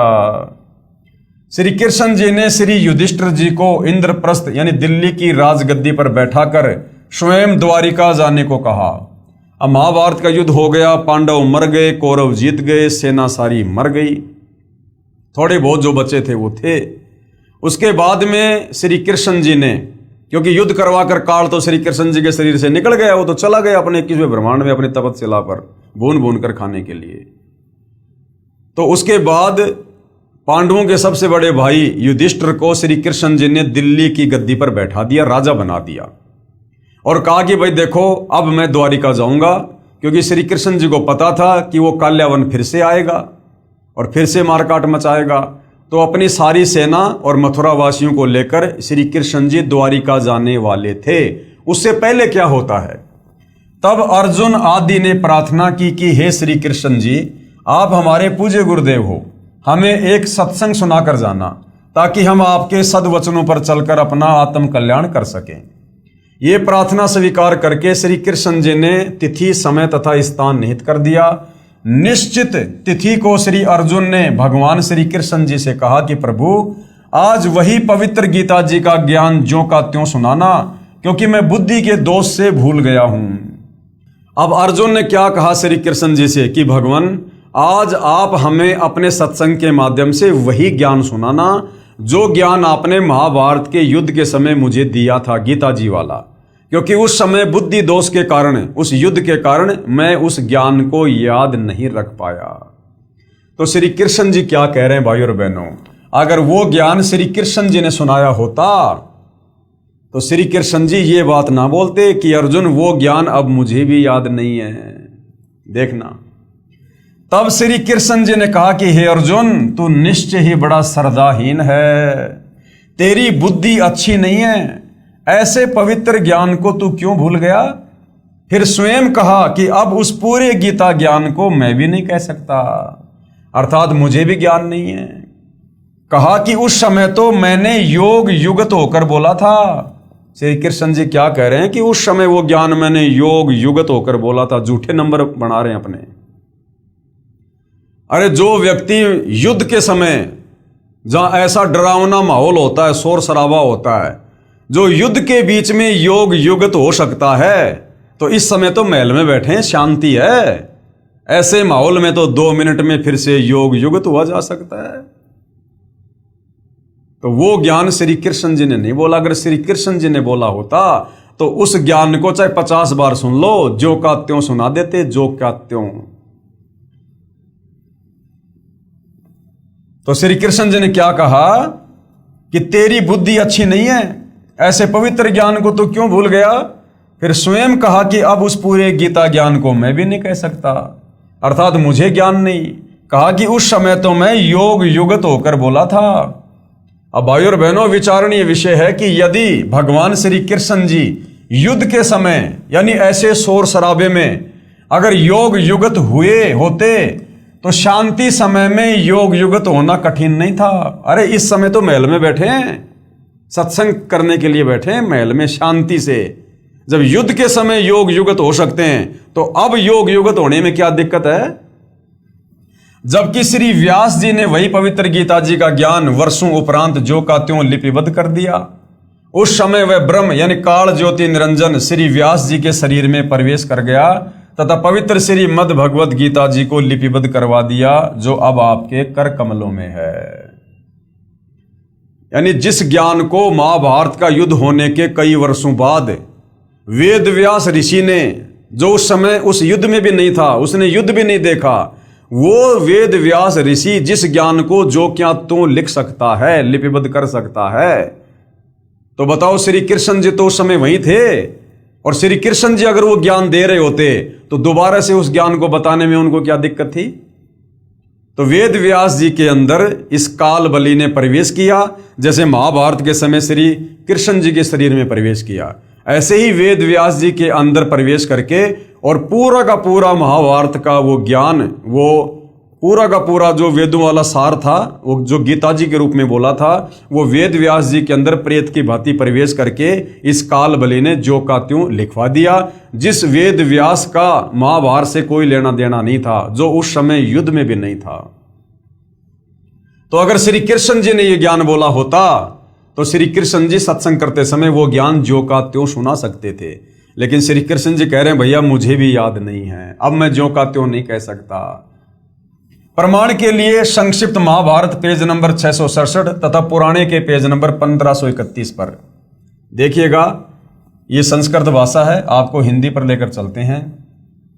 भगवान बोले यानी श्री कृष्ण जी बोले, वह सब का सब उसी रूप में फिर दोहरा देना अब मेरे वश की बात नहीं है कि अर्जुन, अब वो ज्ञान जो का त्यों तेरे को सुना देना मेरे बस की बात नहीं है। उस समय मैंने योग युगत होकर परमात्म तत्व का वर्णन किया था। ये संक्षिप्त महाभारत द्वितीय भाग के पेज नंबर 1531 से। श्री कृष्ण का अर्जुन से गीता का विषय पूछना, सिद्ध महर्षि वैशंपायन और कश्यप का संवाद। पांडु नंदन अर्जुन श्री कृष्ण के साथ रहकर बहुत प्रसन्न थे। उन्होंने एक बार उस रमणीय सभा की ओर दृष्टि डालकर भगवान से यह वचन कहा, हे देवकी नंदन अर्थात श्री कृष्ण, जब युद्ध का अवसर उपस्थित था, यानी जब हम महाभारत के युद्ध में थे, उस समय मुझे आपके महात्म्य ज्ञान और ईश्वरीय स्वरूप का दर्शन हुआ था। किंतु केशव, आपने शनेवश पहले मुझे जो ज्ञान का उपदेश किया था वह सब इस समय बुद्धि के दोष से भूल गया हूं। यानी महाभारत के समय जो ज्ञान आपने दिया था, क्योंकि अर्जुन तो यही समझ रहा था कि श्री कृष्ण ने ज्ञान दिया है, जबकि श्री कृष्ण जी के अंदर वो काल था। तो अर्जुन कह रहा कि मैं अपनी बुद्धि दोष के कारण, यानी उस डर के कारण उस ज्ञान को मैं भूल गया हूं। उन विषयों को यानी उस ज्ञान को सुनने के लिए बारंबार मेरे मन में जिज्ञासा होती है, उत्कंठा होती है। इधर आप जल्द ही द्वारिका जाने वाले हैं, इसलिए पुनः वह सब विषय यानी वो ज्ञान मुझे सुना दीजिए। यानी द्वारिका जाने से पहले पहले आप मुझे वो ज्ञान सुना दो। वैशंपायन जी कहते हैं, अर्जुन के ऐसा कहने पर वक्ताओं में श्रेष्ठ महातेजस्वी भगवान श्री कृष्ण उन्हें गले से लगाकर इस प्रकार उत्तर दिया। श्री कृष्ण जी बोले, अर्जुन, उस समय मैंने तुम्हें अत्यंत गोपनीय विषय का श्रवण कराया था। यानी झूठे नंबर बना रहे हैं श्री कृष्ण जी। अपने स्वरूप भूत धर्म सनातन पुरुषोत्तम तत्व का परिचय दिया था और शुक्ल कृष्ण गति का निरूपण करते हुए नित्य लोकों का भी वर्णन किया था। किंतु तुमने जो अपनी नासमझी के कारण उस उपदेश को यानी ज्ञान को याद नहीं रखा, ये जानकर मुझे बड़ा खेद हुआ। उन बातों का अब पूरा पूरा स्मरण होना संभव नहीं जान पड़ता। यानी अब वो ज्ञान जो क्या तो मैं भी नहीं सुना सकता। हे पांडुनंदन, निश्चय ही तुम बड़े श्रद्धाहीन हो, यानी तुमने उस ज्ञान को याद नहीं रखा, तुम्हारी बुद्धि अच्छी नहीं जान पड़ती। अब बताओ, अर्जुन को तो धमका रहा है कि तेरी बुद्धि अच्छी नहीं है, और खुद कह रहा कि मुझे भी याद नहीं है, खुद कह रहा कि अब मैं भी नहीं सुना सकता। अरे भैया, जब तू नहीं सुना सकता तो अर्जुन का क्या दोष है जो याद नहीं रख सका? तो सारा खेल भाई और बहनों ये काल का था। अब मेरे लिए उस उपदेश को यानी ज्ञान को ज्यों का त्यों दोहरा देना कठिन है, क्योंकि उस समय योग युगत होकर मैंने परमात्म तत्व का वर्णन किया था। तो भैया अब हो जाओ योग युगत। जब युद्ध में समाधि लगा सकते हो, ध्यान लगा सकते हो, तो अब तो महल में बैठे हो, शांति है। अब योग युगत होना कौन सी बड़ी बात है? लेकिन जब वो ज्ञान श्री कृष्ण जी ने बोला ही नहीं तो श्री कृष्ण जी भला सुनाएंगे क्या? इसलिए अटपट कर रहे हैं। अधिक जानकारी के लिए पढ़िए संक्षिप्त महाभारत द्वितीय भाग। विचार करें, उपरोक्त महाभारत के लेखों व श्री विष्णु पुराण के लेखों व श्रीमद् भगवद गीता जी के लेखों से प्रमाणों से सिद्ध हुआ कि श्री कृष्ण जी ने श्रीमद् भगवद गीता जी का ज्ञान नहीं बोला। ये तो काल रूपी ब्रह्म ज्योति निरंजन अर्थात महाविष्णु जी ने प्रेतवत श्री कृष्ण जी के शरीर में प्रवेश होकर बोला। विष्णु ने नहीं, महाविष्णु, क्योंकि ये काल महाविष्णु का रूप धारण करके और अपनी पत्नी दुर्गा के साथ शारीरिक संबंध बना के जिस पुत्र की उत्पत्ति करता है उसका नाम आगे चलकर विष्णु होता है। तो महाविष्णु, महाब्रह्मा, महाशंकर रूप में ये काल रूप धारण करके एक ब्रह्मांड में गुप्त स्थान पर रहता है। अन्य प्रमाण श्री विष्णु पुराण गीता प्रेस गोरखपुर से प्रकाशित चौथा अंश अध्याय 2 श्लोक 26 पेज नंबर 233 पर विष्णु जी महाविष्णु अर्थात काल रूपी ब्रह्म ने देव तथा राक्षसों के युद्ध के समय देवताओं की प्रार्थना स्वीकार करके कहा कि मैं राज ऋषि ससाद के पुत्र पुरंजय के शरीर में अंश मात्र अर्थात कुछ समय के लिए प्रवेश करके राक्षसों का नाश कर दूंगा। यानी इस प्रकार से ये काल अन्य में प्रवेश करके और ये सारा खेल खेलता है। दूसरा प्रमाण कि यह काल कैसे दूसरे के शरीर में प्रवेश करके अपना कार्य करता है। श्री विष्णु पुराण गीता प्रेस गोरखपुर से प्रकाशित है, चौथा अंश है अध्याय 3 श्लोक 6 पेज नंबर 242 पर श्री विष्णु जी ने गंधर्वों व नागों के युद्ध में नागों का पक्ष लेते हुए कहा, यानी विष्णु रूप में उस समय ये काल आ गया और नागों का पक्ष लेते हुए कहा कि मैं महाविष्णु अर्थात काल रूपी ब्रह्म मानधाता के पुत्र पुरुतकुश में प्रवेश होकर उन संपूर्ण दुष्ट गंधर्वों का नाश कर दूंगा। तो इस प्रकार ये दूसरे के शरीर में प्रवेश करके अपना कार्य करता है। अन्य प्रमाण कुछ समय उपरांत श्री युधिष्ठिर जी को भयंकर शौपन आने लगे। अब महाभारत युद्ध के बाद में युधिष्ठिर को भयंकर भयंकर डरावने सपने आने लगे।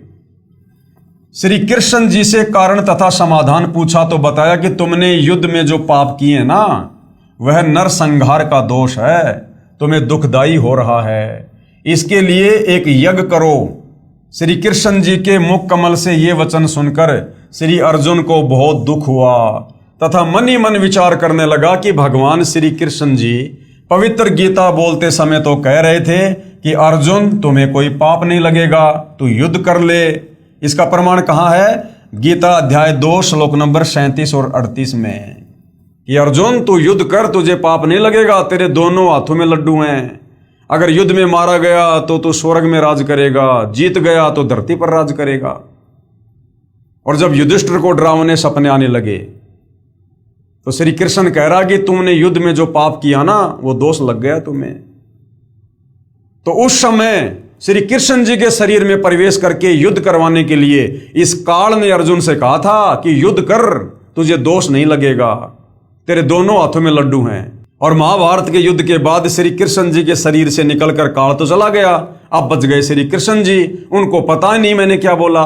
तो अब जब युधिष्ठिर पूछ रहा कि भगवान मुझे ऐसे डरावने सपने क्यों आ रहे हैं, तो अब श्री कृष्ण जी कह रहे हैं कि भैया महाभारत के युद्ध में तुमने जो नरसंहार किया ना, जो अपने स्वजनों की जो तुमने हत्या की है कौरवों की, भैया वो पाप कर्म तुझे दुखदाई हो रहे हैं।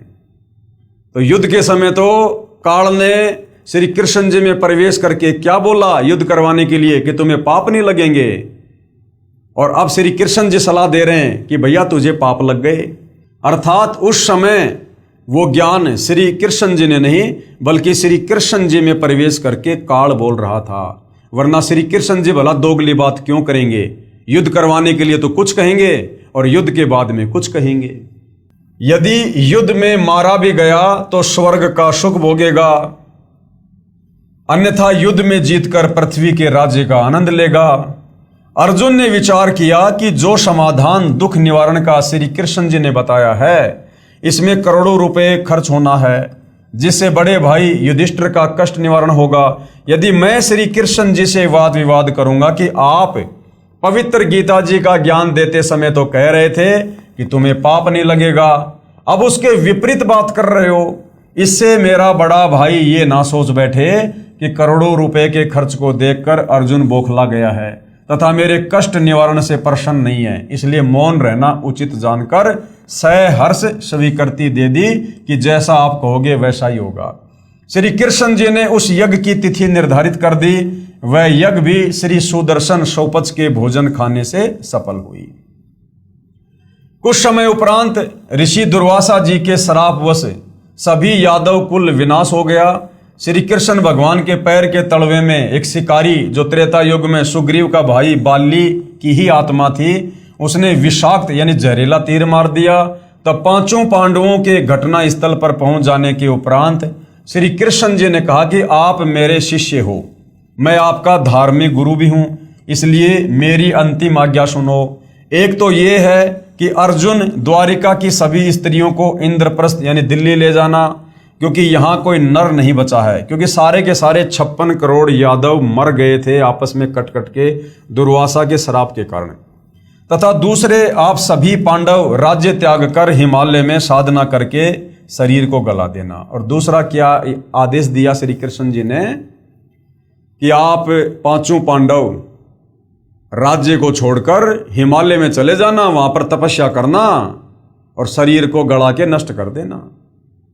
अब अर्जुन के मन में विचार आने लगा कि भैया श्री कृष्ण जी तो बड़ा दोगला, जब युद्ध करवाना था तब तो कह रहा था कि युद्ध में मर गया तो स्वर्ग का राज्य करेगा और अगर जीत गया तो धरती का राज्य करेगा, और अब कह रहा है कि हिमालय में जाके अपना शरीर गड़ा दो। तो श्री अर्जुन से रहा नहीं गया और उसने फिर सवाल पूछ ही लिया कि भगवान आप ये दोगले वचन क्यों कह रहे हो? युद्ध के समय तो कह रहे थे कि तुझे धरती का राज्य मिलेगा, तुझे सुख मिलेगा, और अब कह रहे हो कि राज्य को छोड़कर हिमालय में जाके गड़ जाओ, तुम्हारे ऊपर महाभारत के पाप बहुत ज्यादा हैं। उस समय श्री कृष्ण हकीकत बता रहा है कि भाई मुझे कुछ नहीं पता मैंने युद्ध के समय क्या कहा था और क्या नहीं कहा था। भाई कोई और ही बला, कोई और ही शक्ति थी जो सब कुछ कह रही थी, लेकिन अब मैं जो कह रहा हूं वो बिल्कुल हकीकत है। इस राज्य को त्याग कर हिमालय में जाकर गड़ के शरीर त्याग दो। तथा दूसरे, आप सभी पांडव राज्य त्याग कर हिमालय में साधना करके शरीर को गड़ा देना, क्योंकि तुमने महाभारत के युद्ध के दौरान जो हत्याएं की थी, तुम्हारे सिर पर वह पाप बहुत भयंकर है। उस समय अर्जुन अपने आप को नहीं रोक सका और अर्जुन ने फिर पूछ ही लिया तथा कहा, प्रभु वैसे तो आप ऐसी स्थिति में हैं कि मुझे ऐसी बात नहीं करनी चाहिए, परंतु प्रभु यदि आज मेरी शंका का समाधान नहीं हुआ तो मैं चैन से मर भी नहीं पाऊंगा, पूरा जीवन रोता रहूंगा। श्री कृष्ण जी ने कहा, अर्जुन पूछ ले जो कुछ पूछना है, मेरी अंतिम घड़ियां हैं। श्री अर्जुन ने आंखों में आंसू भरकर कहा कि प्रभु बुरा ना मानना, जब आपने पवित्र गीता जी का ज्ञान कहा था उस समय मैं युद्ध करने से मना कर रहा था। आपने कहा था कि अर्जुन तेरे दोनों हाथों में लड्डू हैं, यदि युद्ध में मारा गया तो स्वर्ग को प्राप्त होगा और यदि विजय हुआ तो पृथ्वी का राज्य भोगेगा तथा तुम्हें कोई पाप नहीं लगेगा। हमने आप ही की देख रेख व आज्ञा अनुसार युद्ध किया। इसका प्रमाण कहाँ है? गीता अध्याय 2 श्लोक नंबर 37 और 38 की अर्जुन तेरे दोनों हाथों में लड्डू हैं। तो अर्जुन कहता है, हे भगवान हमारे को तो एक हाथ में भी लड्डू नहीं रहा, ना तो हम युद्ध में मरे जो हम स्वर्ग में जाते, और अब आप हमारे को धरती का राज्य भी नहीं भोगने दे रहे, कह रहे हो कि राज्य छोड़कर हिमालय में जाके तपस्या करके गड़ के मर जाओ।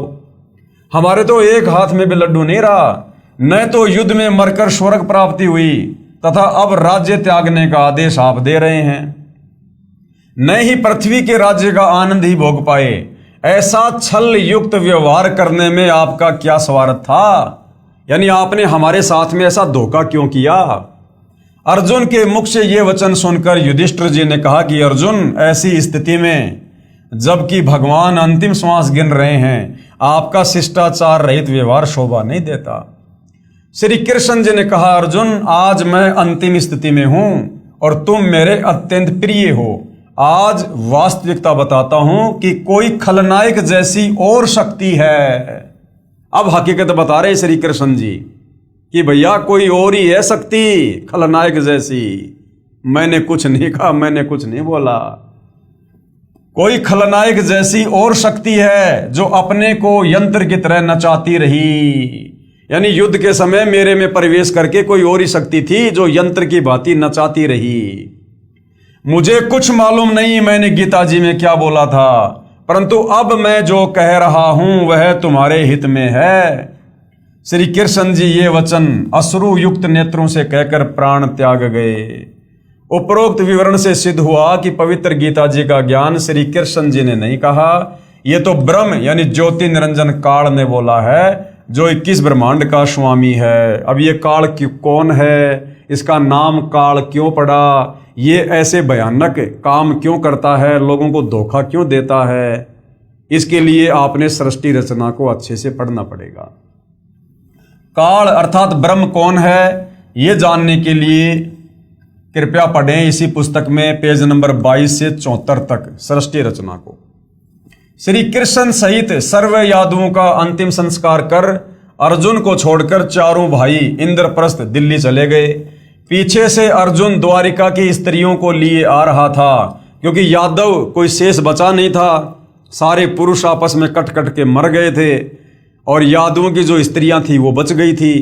अगर उनको वहां छोड़ दिया जाता तो जंगली लोग उनकी इज्जत लूटते, इसलिए अर्जुन सर्व स्त्रियों को लेकर दिल्ली जा रहे थे। पीछे से अर्जुन द्वारिका की स्त्रियों को लिए आ रहा था। रास्ते में जंगली लोगों ने सभी गोपियों को लूटा तथा कुछ एक को भगा ले गए तथा अर्जुन को पकड़कर पीटा। अर्जुन के हाथ में वही गांडीव धनुष था जिससे महाभारत के युद्ध में अनगिनत हत्याएं कर डाली थी, वो भी नहीं चला। जिस धनुष से अर्जुन ने लाखों लोगों को महाभारत के युद्ध के समय मौत के घाट उतार दिया, अब वो अर्जुन से उठाया भी नहीं जा रहा है, क्योंकि उस समय काल ने अर्जुन को शक्ति दे रखी थी युद्ध करवाने के लिए, और अब वो काल ने शक्ति वापस छीन ली। तब अर्जुन ने कहा कि यह श्री कृष्ण वास्तव में झूठा तथा कपटी था, क्योंकि भाई और बहनों वास्तविकता से अर्जुन भी परिचित नहीं था, इसलिए वो श्री कृष्ण जी को ही झूठा कह रहा है, कपटी कह रहा है, जबकि सारा का सारा खेल वो काल खेल रहा था। जब युद्ध में पाप करवाना था तब तो मुझे शक्ति प्रदान कर दी, एक तीर से सैकड़ों योद्धाओं को मार गिराता था, और आज वह शक्ति छीन ली, खड़ा खड़ा पिट रहा हूं। इसी विषय में पूर्ण ब्रह्म कबीर साहिब कबीर देव जी का कहना है कि श्री कृष्ण जी कपटी व झूठे नहीं थे, ये सारा जुल्म ये काल ज्योति निरंजन कर रहा है। जब तक ये आत्मा कबीर परमेश्वर अर्थात सत्य पुरुष की शरण में पूरे संत तत्वदर्शी के माध्यम से नहीं आ जाएगी, तब तक काल इसी तरह कष्ट पर कष्ट देता रहेगा। अब सोचिए भाई और बहनों, जब महाभारत के योद्धा अर्जुन जैसे को इस काल ने नहीं छोड़ा, नहीं बख्शा, उसको भी यंत्र की भांति नचा रहा है, तो आप और हम कलयुग के 2 कोटि के जीवों की भला क्या औकात, क्या बिसात। यदि हम समय रहते जगत गुरु तत्वदर्शी सतगुरु रामपाल जी की शरण प्राप्त करके सत भक्ति पर नहीं लगेंगे तो, और जिस दिन हम जगत गुरु तत्वदर्शी सतगुरु रामपाल जी की शरण में आ जाएंगे और मर्यादा में रहकर भक्ति करेंगे, ये काल जो 21 ब्रह्मांड का स्वामी है, जो श्री कृष्ण जी को भी यंत्र की भांति नचाता है, ब्रह्मा विष्णु महेश की भी जिसने चक्री बांध रखी है, ये आप और हम भक्तों से 100 कदम दूर खड़ा रहेगा, 100 कदम दूर, क्योंकि हम पूर्ण समर्थ कबीर भगवान जो वर्तमान में सतगुरु रामपाल जी के नाम से धरती पर प्रकट हैं, हम उनकी शरण में हैं, और इनसे बढ़कर समर्थ धरती पर और कोई नहीं है। तब तक काल इसी तरह कष्ट पर कष्ट देता रहेगा। पूर्ण जानकारी तत्व ज्ञान से होती है, इसलिए काल कौन है ये जानने के लिए कृपया पढ़ें इसी पुस्तक के पेज नंबर 22 से 74 तक सृष्टि रचना को। विशेष विचार। उपरोक्त प्रमाणों से सिद्ध हुआ कि श्रीमद् भगवद गीता का ज्ञान श्री कृष्ण जी ने नहीं बोला, ये तो श्री कृष्ण जी के शरीर में प्रेतवत प्रवेश होकर ब्रह्म अर्थात काल अर्थात ज्योति निरंजन ने बोला था। तो भाइयों और बहनों, इस रहस्य से, तत्वदर्शी संत के अभाव से, सदियों से, सतयुग से पर्दा पड़ा हुआ था। तत्व ज्ञान के अभाव में हमारे नादान धर्म गुरु भले वो संस्कृत के विद्वान थे, चारों वेदों को जिसने याद कर रखा था वो चतुर्वेदी कहलाता था, जिसने 3 वेदों को याद कर रखा था वो त्रिवेदी कहलाता था, जिसने 2 वेदों को घोट रखा था वो द्विवेदी कहलाता था। लेकिन ये लोग तत्व ज्ञान के अभाव में हमें धर्मशास्त्रों का सूक्ष्म ज्ञान निष्कर्ष निकाल कर नहीं बता पाए, जो निष्कर्ष अब सतगुरु रामपाल जी बता रहे हैं, और पूरा निष्कर्ष निकाल कर अपने सत्संगों में डाल दिया, अपनी पुस्तकों में डाल दिया। अब यदि आवश्यकता है तो जगत गुरु तत्वदर्शी सतगुरु रामपाल जी के तत्व ज्ञान युक्त सत्संगों को सुनने की आवश्यकता है।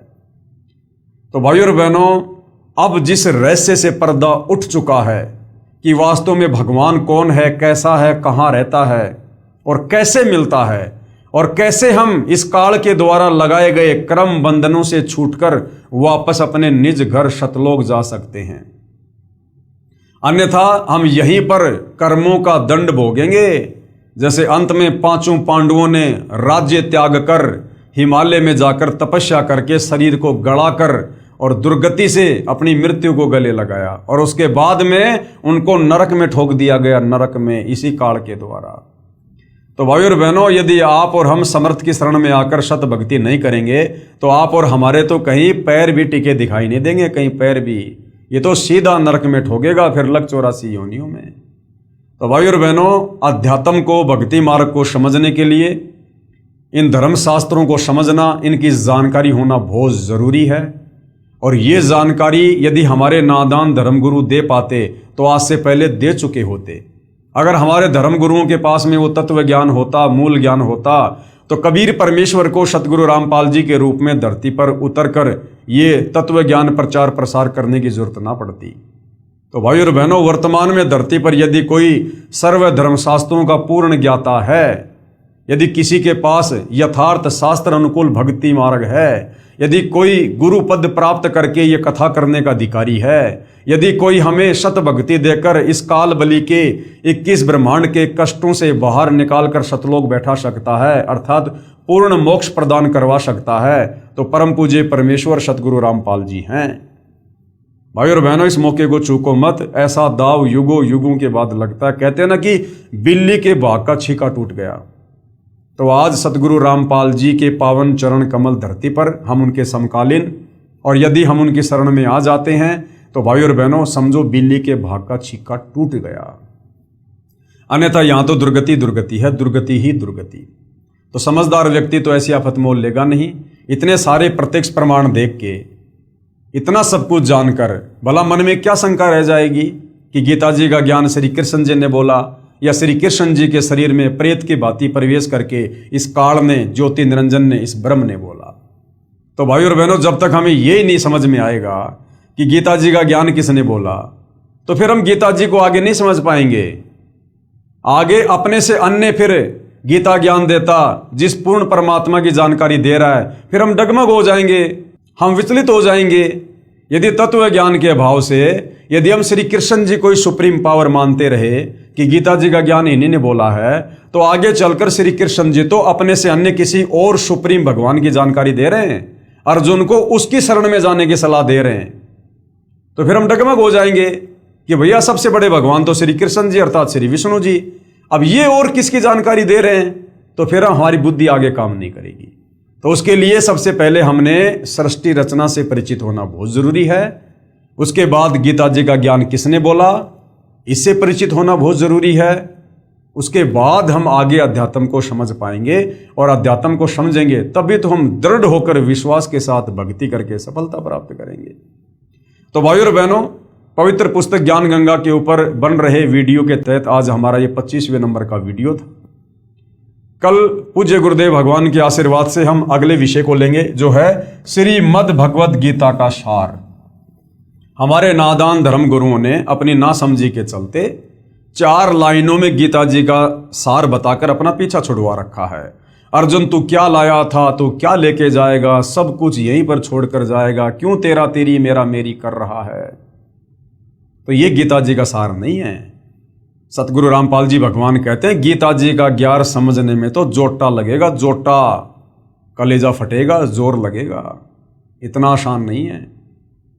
तो अब सतगुरु रामपाल जी की दया से ये गीता जी का सार पहली कक्षा का कायदा बन गया। पहली कक्षा का कायदा इतना आसान करके, इतना सरल करके इन्होंने आप और हमारे समक्ष इस तत्व ज्ञान को, धर्मशास्त्रों के निष्कर्ष को सार्वजनिक कर दिया है। अब यदि आवश्यकता है तो थोड़ा सा धैर्य धारण करके निष्पक्ष होकर इस ज्ञान पर मंथन करने की आवश्यकता है। तो भाई और बहनों, कल फिर सेवा में हाजिर होंगे। तब तक पूज्य गुरुदेव भगवान हम सबको आज्ञा दे, आशीर्वाद दे, सद्बुद्धि दे, हमारा मार्गदर्शन करे, हमें भ्रमने भटकने से बचाए। बंदी छोड़ सतगुरु रामपाल जी परमेश्वर जी की जय हो।